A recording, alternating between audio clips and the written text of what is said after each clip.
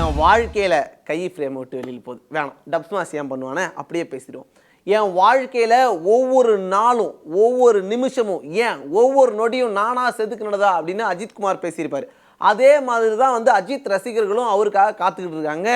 ஒவ்வொரு நாளும் ஒவ்வொரு நிமிஷமும் காத்துக்கிட்டு இருக்கும் போது காத்திருந்து காத்திருந்து காலங்கள் கொஞ்சம் கொஞ்சமாக போய்கிட்டு இருக்கு. காரணம் என்ன அப்படின்னா, அஜித்துடைய கடைசி படம் வெளிவந்தது எப்போ அப்படின்னு கேட்டால் 2015ஆம் ஆண்டு தீபாவளிக்கு வெளிவந்தது. அதுக்கப்புறமா 2016 தலை என்ன தலை நீங்கள் வராமல் எங்களுக்கு தலை தீபாவளி இல்லை தலை அப்படின்ற மாதிரி எல்லாரும் வெயிட் பண்ணிட்டு இருந்தாங்க.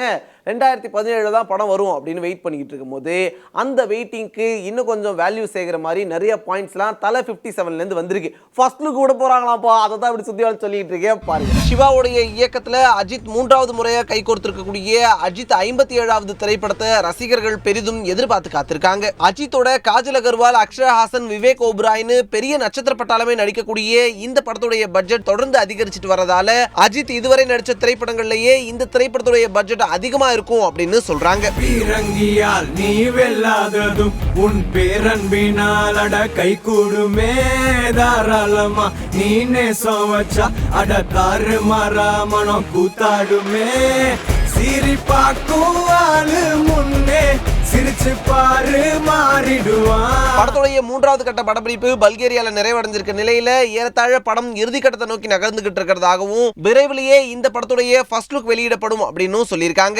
அஜித் 57 உடைய ஃபர்ஸ்ட் லுக்கும் டைட்டிலும் பொங்கலுக்கு வெளியாகலாம் அப்படின்னு ஒரு தரப்பும், குடியரசு தினத்தன்று வெளியாகலாம் அப்படின்னு மற்றொரு தரப்பும் சொல்லியிருக்க நிலையில படக்குழு இந்த தேதியை இன்னும் உறுதி செய்யல. மேலும் படத்துடைய ரிலீஸ் ஏப்ரல் மாதம் திட்டமிடப்பட்டிருந்த நிலையில மேலும் படத்துடைய ரிலீஸ் தாமதமாகலாம் அப்படின்னு தகவல்கள் வந்திருக்கு.